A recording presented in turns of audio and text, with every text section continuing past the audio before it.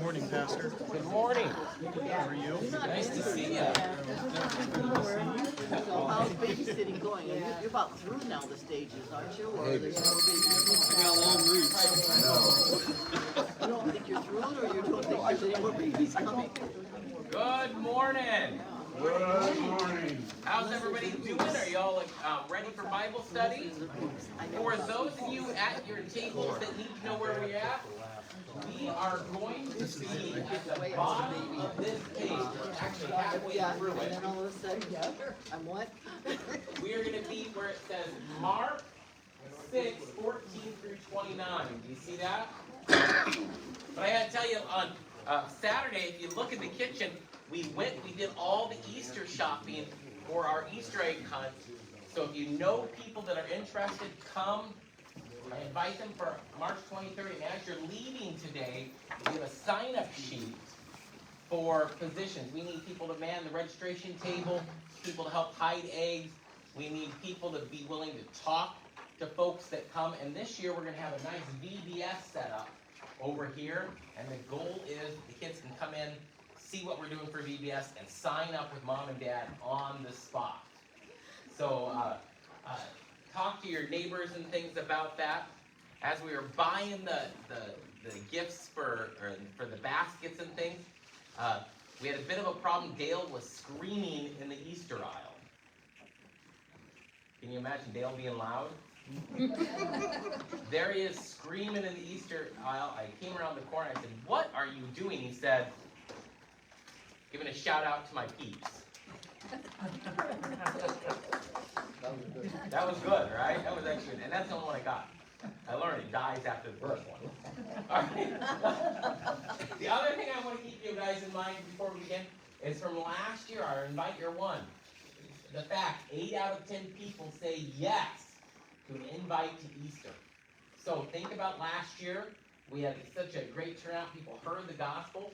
We had that nice time after that where I was able to take several people through adult instruction, and they joined the church, and they continue to come to this day. So invite someone to church.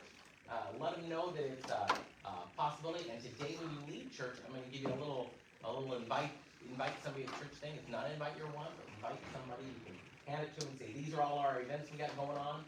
You're invited." All right, let's get started with our devotion, or our Bible study. This morning, instead of reading 14 through 44, we've got a movie to watch from the book of Mark. So these are word for word from the NIV. King Herod heard about this. Jesus' name had become well known. Some were saying, "John the Baptist has been raised from the dead, and that is why miraculous powers are at work in him." Others said, "He is Elijah," and still others claim he is a prophet, like one of the prophets of long ago. But when Herod heard this, he said, "John, whom I beheaded, has been raised from the dead." For Herod himself had given orders to have John arrested, and he had him bound and put in prison. He did this because of Herodias, his brother Philip's wife, whom he had married. For John had been saying to Herod, "It is not lawful for you to have your brother's wife." So Herodias nursed a grudge against John and wanted to kill him. But she was not able to, because Herod feared John and protected him, knowing him to be a righteous and holy man. When Herod heard John, he was greatly puzzled, yet he liked to listen to him.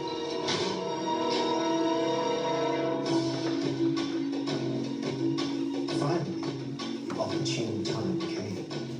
On his birthday, Herod gave a banquet for his high officials, the military commanders, and the leading men of Galilee. When the daughter of Herodias came in and danced, she pleased Herod and his dinner guests.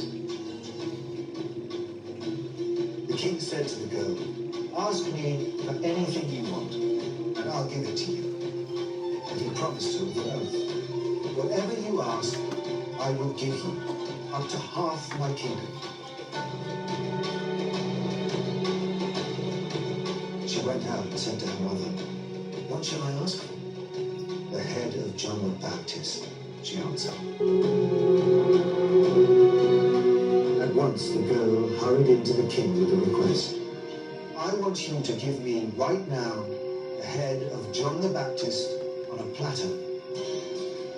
The king was greatly distressed, but because of his oaths and his dinner guests, he did not want to refuse him.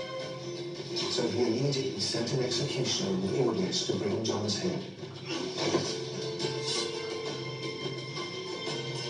The man went, beheaded John in the prison, and brought back his head on a platter.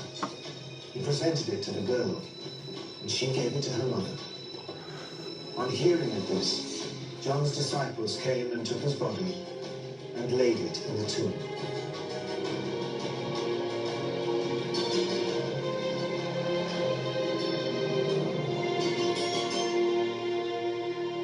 The apostles gathered around Jesus and reported to him all they had done and taught. Then, because so many people were coming and going that they didn't even have a chance to eat, he said to them, "Come with me by yourselves to a quiet place and get some rest." So they went away by themselves in a boat to a solitary place. But many who saw them leaving recognized them and ran on foot from all the towns and got there ahead of them. When Jesus landed and saw a large crowd, he had compassion on them, because they were like sheep without a shepherd. So he began teaching them many things. By this time it was late in the day, so his disciples came to him. "This is a remote place," they said, "and it's already very late.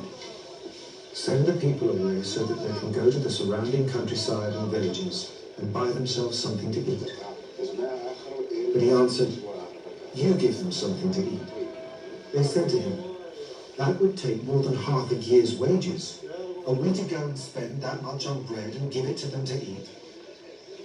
"How many loaves do you have?" he asked. "Go and see." When they found out, they said, 5 and 2 fish. Then Jesus directed them to have all the people sit down in groups on the green grass. So they sat down in groups of hundreds and fifties.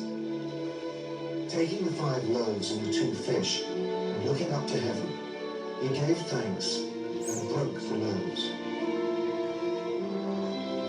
Then he gave them to the disciples to distribute to the people. He also divided the 2 fish among them all. They all ate and were satisfied. And the disciples picked up 12 basketfuls of broken pieces of bread and fish. The number of the men who had eaten was 5,000.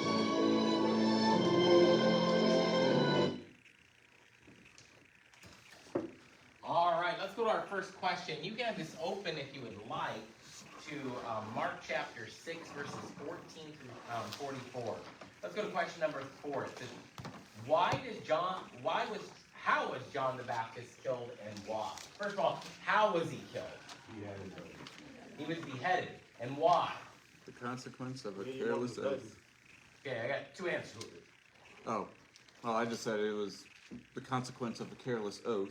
Careless oath. That lady on his head. All right. So we find out that John the Baptist is arrested by a man named Herod. All right. If you want to write down the guy's name, his name was Herod Antipas. All right, because you got to remember, there's lots of Herods in the Bible. There's Herod the Great, Herod Antipas, and there's even more than that. If you want to, you might hear this guy called Herod Antipas or Herod the Tetrarch. So he was married to this lady. Go ahead and do the next one. Herodias. Herodias not only despised John for decrying her marriage as illegal, but also because he claimed to be the forerunner of the King of the Jews. His death would be the end of John. All right, so one of the interesting things, like Charlie said, is the lady has an objection to John. Herodias is angry because John is standing outside their house preaching against their marriage. Does anybody know what was wrong with their marriage? Didn't she was married to somebody else first? Yeah, she was married to a brother. And so in Roman times, this was not unusual. If you wanted to climb the social ladder, you kept marrying up. So Andrea would have divorced me long ago to marry somebody better. Did she actually divorce him or just, She would have divorced him. okay, Divorces back in those days were very easy to get, okay. right? And so John preached against this marriage as being, one, a breach of the marriage contract because he was a Jew, and two, he preached against it because it was incestuous, right? That this is his brother's wife, and he says you shouldn't be doing this. And so she sees this as really a power problem, because if John, who has lots of disciples, is saying that this guy is a bad guy and is not doing Jewish rules, following Jewish customs, the rest of the world is going to say what to Herod?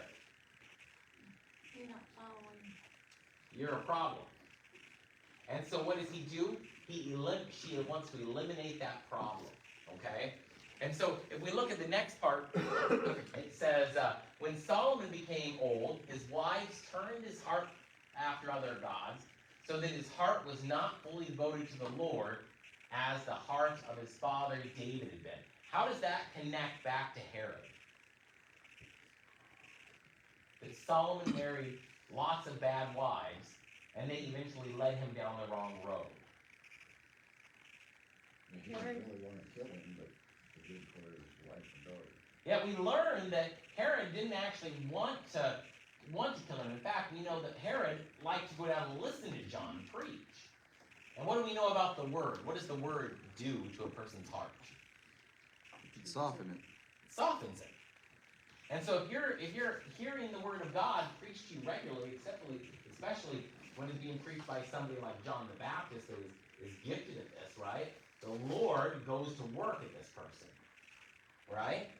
But here we have an example of where a bad marriage has soured somebody's relationship with God.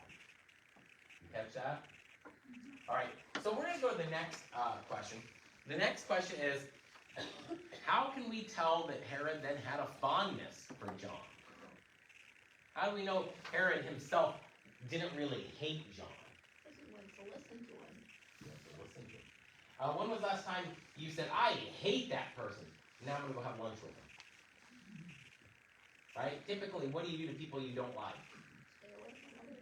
You stay away. But here's what we see there. Look, this is from Mark chapter 6, verse 20. Anybody want to read this? Herod feared John. He knew that John was a righteous and a holy man, so he kept him safe. When Herod listened to John, he was perplexed in many ways, yet he gladly kept listening to him. Now, there's two ways we can take this idea of fearing John. Anybody want to guess what that means, that Herod feared John? Because there's really two ways you can understand this. Because it was part, thinking of Jesus, is part really close to Jesus, or being of as like Jesus. Yeah, so Herod didn't really know too much about Jesus at this point. So that's going to come later on. But you're on the right track. Anybody else? I think it's fear in the sense of kind of revering or respecting. Okay, that's one way. So he has reverence for John. He understands that he's got a big following. He's in kind of awe. How does Herod keep his power? He keeps it by discipline. He keeps it by keeping the people under his thumb. He keeps it by using Rome to do that. How does John keep his people in check? By peace. By peace, by talking to them, by being one of them. And that's kind of amazing to John. Another thing is, he's scared of John because John has such a mass group of followers that if he kills John, what does he make John? He makes John a martyr. And now all of a sudden, what are the people going to do? Follow him in a riot. And he doesn't want to do that. Think about Pontius Pilate. Why did Pontius Pilate really not want to murder Jesus? You don't want the people revolting. Yeah, and these are the things, right? These are the things. It's all politics for the most part. Now, along with this, I want you to take a look at this. I think this is kind of interesting. It says this is from Crescent, an old Lutheran. Herod's position and manner of acting is that of many great people that do not wish to break entirely with the church. They may, under circumstances, hear a sermon and even form a liking for a preacher. But when they are placed before the choice, Christ or the world, they choose the latter. So this would be an example of somebody saying, and of course I'm a Christian. But when you examine their life and how they're living, are they living the life of the Christian or the life of the world? Life of the world. Right. And so that's the real way we should look at our leaders as well. Moving on, because we're going to get through this. Herod, on question number 6, is Herod promises, now this is a good. Whatever you ask of me, I will give it to you, up to half my kingdom. How is this similar to Satan's tempting of Jesus? Do you remember Jesus? Jesus and Satan come together, and Satan says, if you bow down to me, I think it's there, isn't it? Go ahead and put it up there. Oh. Again, the devil took him to a very high mountain and showed him all the kingdoms of the world in their glory, and said to him, I will give you these things if you bow down and worship me. Then Jesus said to him, go away, Satan, for it's written, worship the Lord your God and serve him only. Then the devil left him, just as the angels came and served him. Now think about what Herod just said to Salome, this girl that was dancing. I'll give you whatever you want, up to half your kingdom. How are these similar? It's earthly power, earthly goods. It's Earthly power, earthly goods. Even deeper than that. You're right. It's even deeper than that. kind of Anybody else? Examine what Satan just offered Jesus. Someone's not his. He couldn't give it. It's not his. Here's a fun fact about Herod. Herod was not King Herod. We often refer to him in preaching things as King Herod. It wasn't. He actually asked. Have you ever heard of a guy named Caligula? He wrote to Caligula, and he said, can I have that title of king? And Caligula came back and said, no. You are a tetrarch. What is a tetrarch? It's a pawn.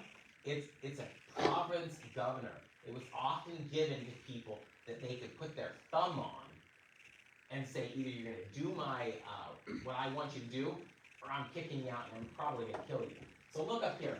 This is Satan. He said to him, I will give you half these things and you'll bow down and worship me. And the answer, though Satan has some dominion in this world, here he offered things that were not his to give. Satan demanded the Son of God worship him rather than do his Father's will. The key there is that they weren't his to give, like Charlie said.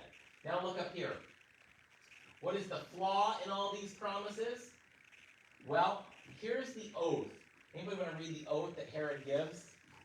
With an oath, he promised her, whatever you ask of me, I will give you up to half of my kingdom. He didn't have a kingdom.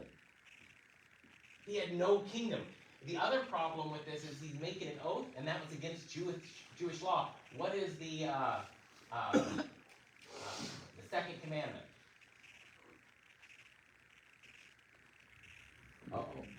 Second, it's like, do not misuse the Lord your God. Yeah, there you go. Do not misuse the name of the Lord your God.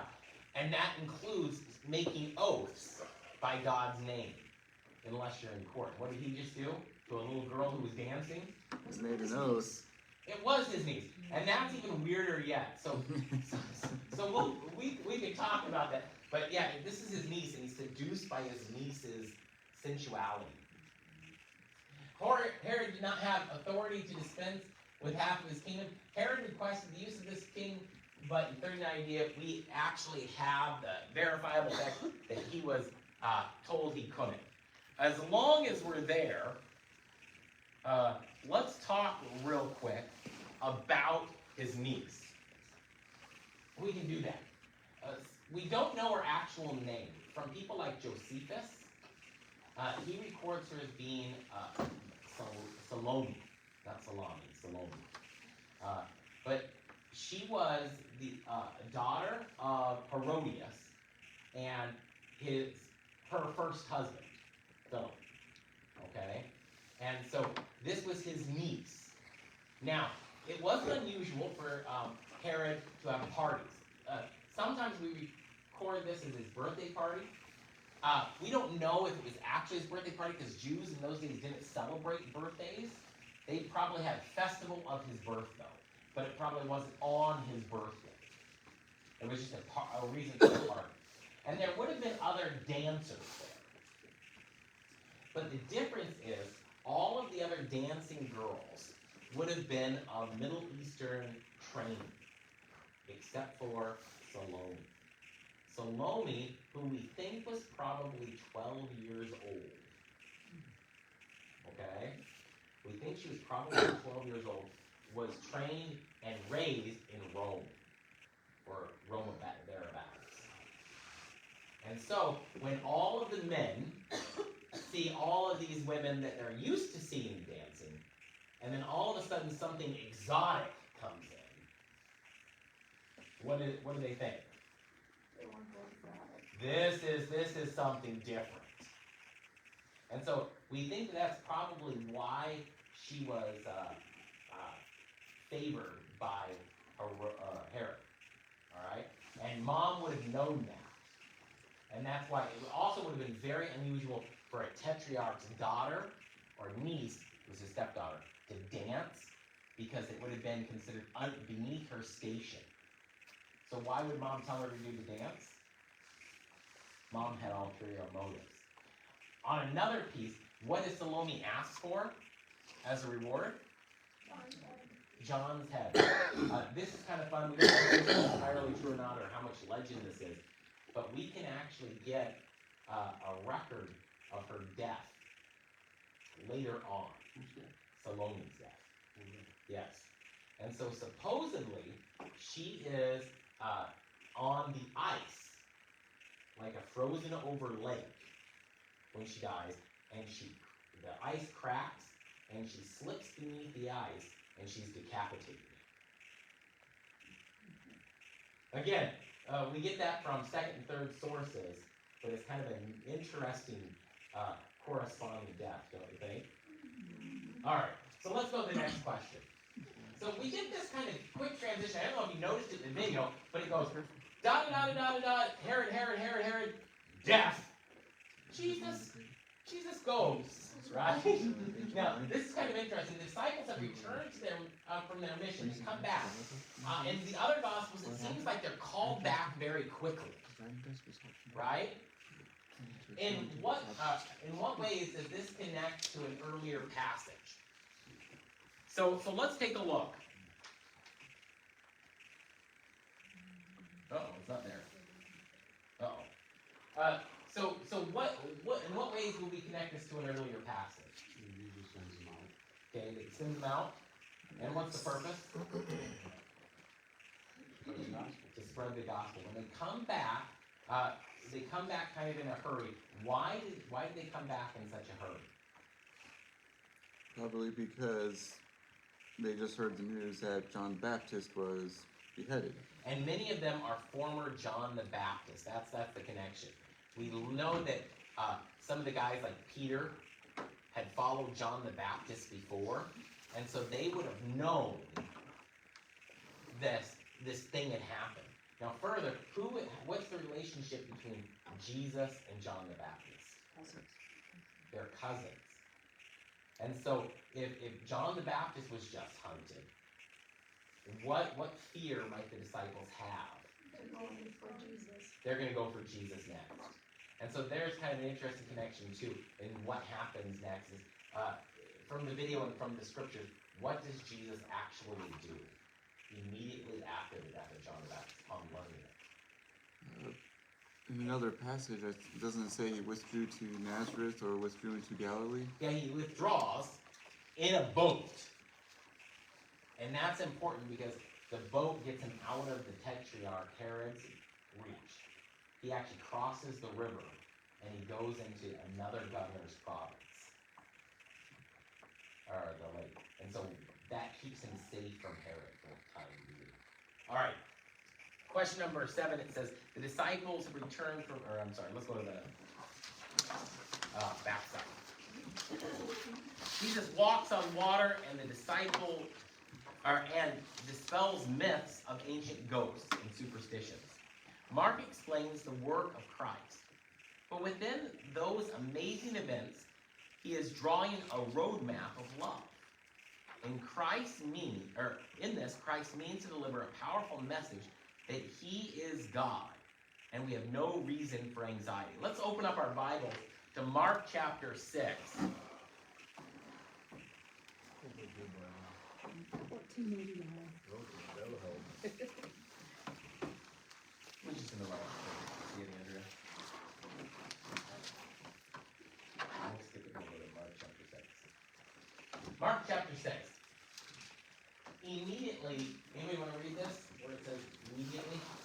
Immediately, Jesus made his disciples get into the boat and go on ahead of him to Bethesda. Did I say it right? Yeah. While he dismissed the crowd. After leaving them, he went up on a mountainside to pray. Later that night, the boat was in the middle of the lake, and he was alone on land.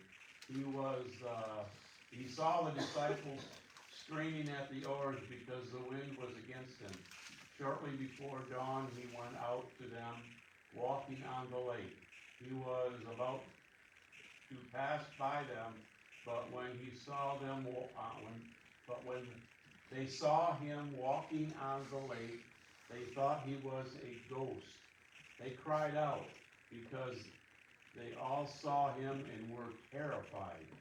Immediately he spoke to them and said, "Take courage, it is I, do not be afraid." Then he climbed into the boat with them, and the wind died down. They were completely amazed, for they had not understood about the loaves. Their hearts were hardened. When they had crossed over, they landed at Gennesaret, and anchored there. As soon as they got out of the boat, people recognized Jesus.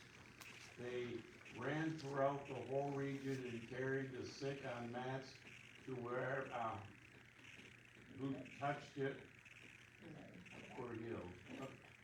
Across There, we went back. Yeah. To wherever. Sick on the mats to wherever they heard he was, and wherever he went, into villages, towns, or countryside, they placed the sick in the marketplaces. They begged him to let them touch even the edge of his cloak, and all who touched it were healed. All right, so we're going to look at this. This is after the feeding of the 5,000. So Jesus then, he leaves the feeding of 5,000, and this is where the storm happens. But there's something that we got to talk about first. Look at the first question. It says, the followers of Christ are trying to make him the bread king, and that's omitted in Mark. If you look at the other Gospels, when the feeding of the 5,000 happens, we learn that they want to make Jesus an earthly king. And Jesus goes, "Whoa, I'm out."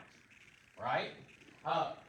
What in verse 45 is powerful evidence that the disciples were tempted by this idea to want to make Jesus a bread king too? Look at this verse. He rushed them away from the people and finished the job himself. There you go. He rushed them away. He said, "Get away from here." Right? And we see that with this. Immediately, Jesus made his disciples get into a boat. Right? So immediately he says, "You guys leave." And then, like you said, and then he goes back and dismisses the crowd. So he gets his disciples out of this group thing. Because when people get together, what do we know about crowds? Mob mentality. So they were likely to get swept up in this whole idea as well.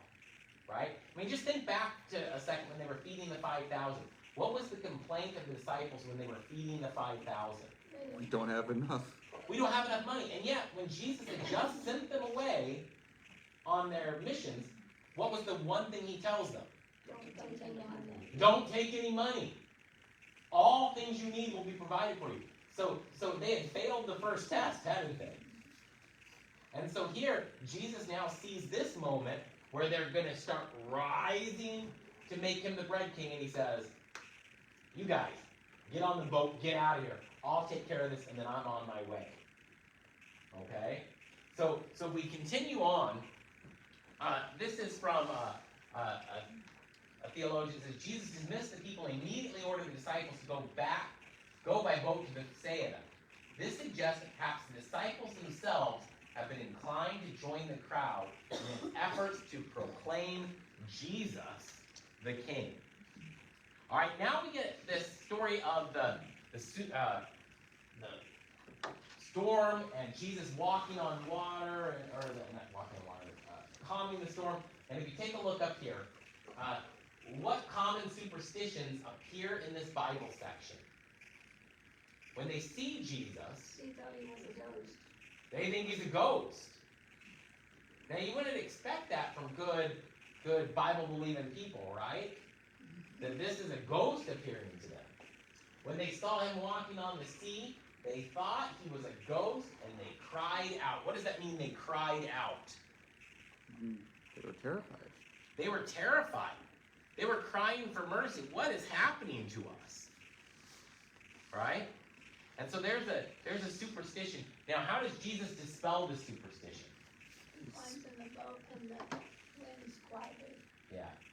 So he shows them that in fact he's not, right? He says, you guys are looking in the wrong places. And again, now we go back to this you have to have trust in me.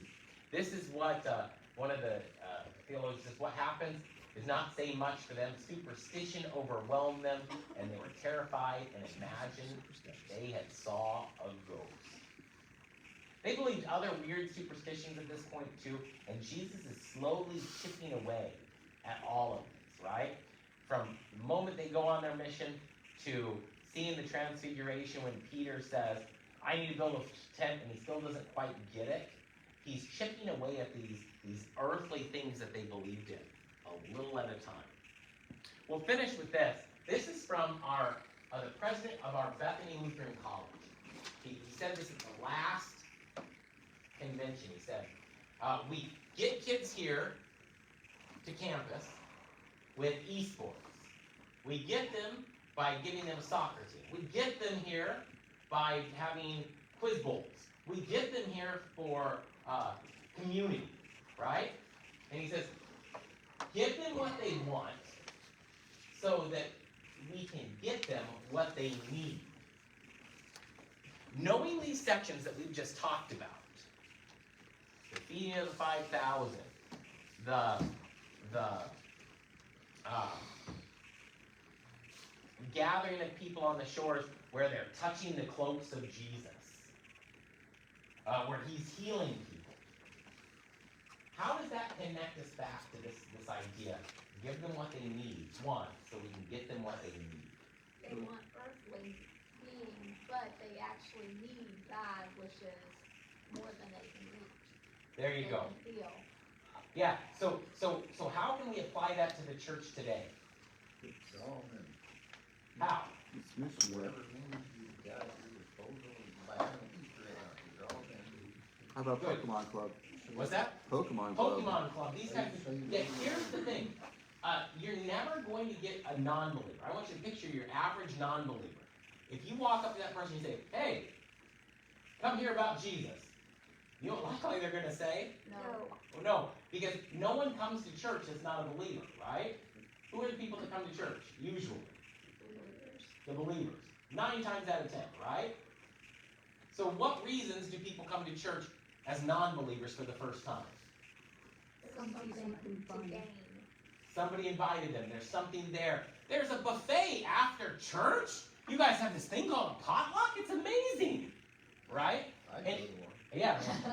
And they come in for these things, and then what happens the more they're here? And they're getting fed with the word. They're fed with the word, and they're happy, right? And so then their faith grows. Look at this. This is how Jesus applied it. Though Mark is not mentioned, Jesus used these occasions to proclaim the gospel of the kingdom, the spiritual healing his listeners needed, even more than the physical healing. So they came, they got their eyes fixed. Great, but that wasn't the important thing. It was hearing the word and people gathered because they wanted physical things. Jesus gave them the spiritual things. With that, we're going to pray. Dear Heavenly Father, we see how your miracles are always meant for our spiritual blessings. Each day as we go through this world, help us realize that no matter what is coming, no matter what happens, you give us your word and your means of grace as a way to strengthen us and ready us for another day. In your name we pray. Amen. We'll see you upstairs.